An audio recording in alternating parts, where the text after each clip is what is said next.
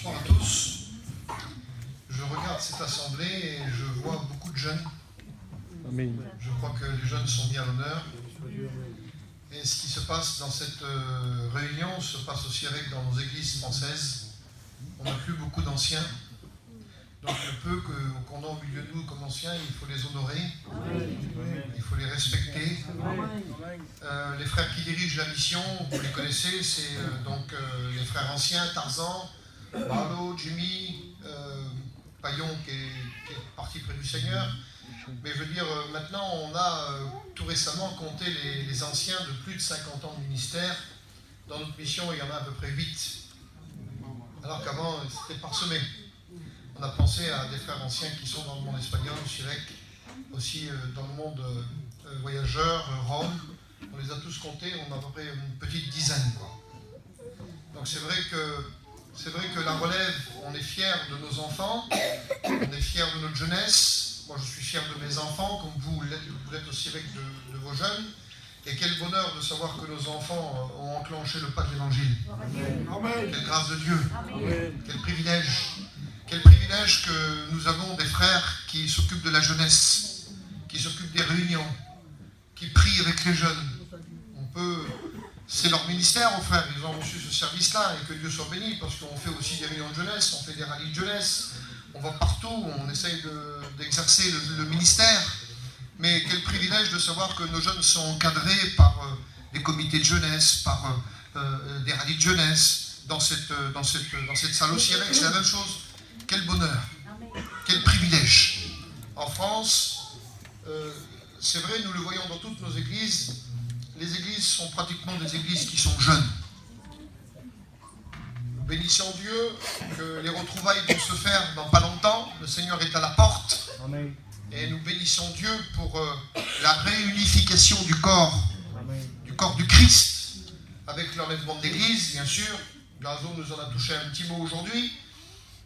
Et nous sommes heureux de savoir qu'aujourd'hui, c'est vrai qu'il y a des choses qui nous manquent, mais c'est vrai aussi avec nous sommes bénis parce que notre jeunesse grandit. Il vaut mieux voir nos jeunes dans nos réunions que de les voir ailleurs. Et c'est pour ça qu'il faut tout faire pour essayer de les gagner. Donc merci à Dieu pour cette rencontre de ce soir, la rencontre de demain soir qu'on aura aussi ici. Avec vous, nous allons partager aussi cette rencontre. Et nous sommes venus ici chez vous, mais ce n'est pas un fardeau de venir. C'est vrai que dans nos cœurs, dans nos vies, il y a plein de réflexions pour le bien du peuple, pour l'avenir du peuple. Parce que nous sommes quand même des serviteurs de Dieu et nous sommes appelés à diriger, encourager, bénir le peuple. Et si nous essayons d'objectiver sur l'avenir, c'est objectiver aussi surtout dans les Écritures et sur le terrain de la Bible.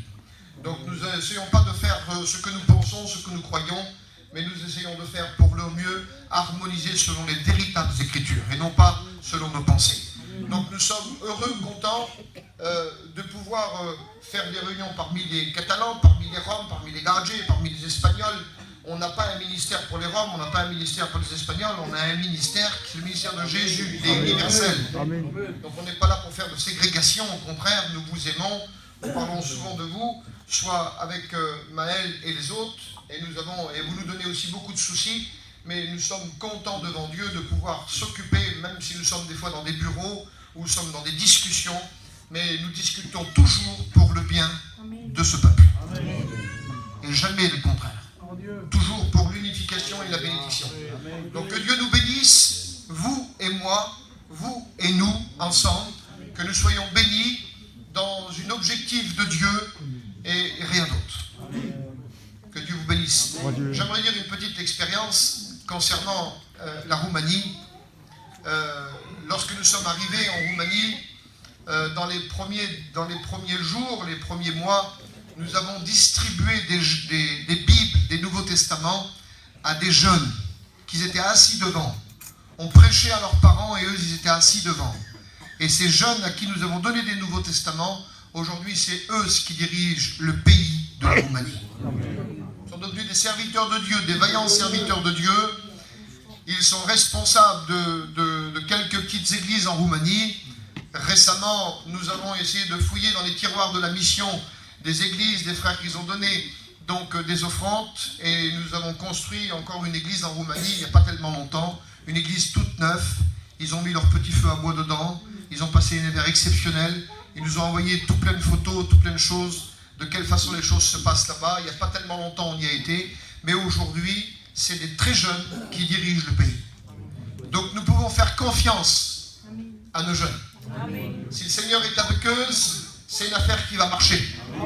S'ils se prennent la tête, comme dirait Kenji Girac dans son petit cantique qui chante là, il dit quand je me lève et que je me prends un peu comme quelqu'un, elle me reprend et elle me ramène sur le bon chemin.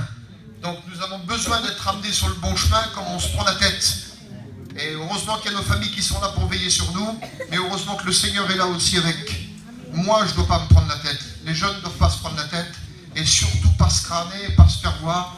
On doit rester simple dans l'évangile, et c'est là qu'on va grandir. Que Dieu vous bénisse.